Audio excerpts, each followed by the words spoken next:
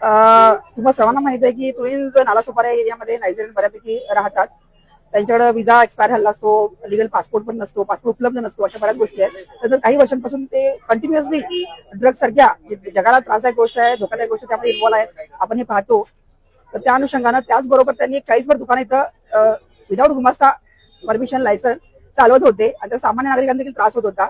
Building मध्ये त्यांनी कब्जे करून रूम केल्या होत्या, त्याचा देखील सामान्य नागरिकांना त्रास होता.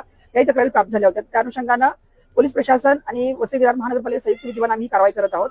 यामध्ये त्या लोकांकडच्या घराची सर्च घेणं, त्याचबरोबर त्याचे लायसन्स, विजा, पासपोर्ट चेक करणं, या गोष्टी करत आहोत. आणि जे काही इलिगल आस्थापना आहे त्याच्यावर देखील म्युन्सिपालिटी कारवाई करत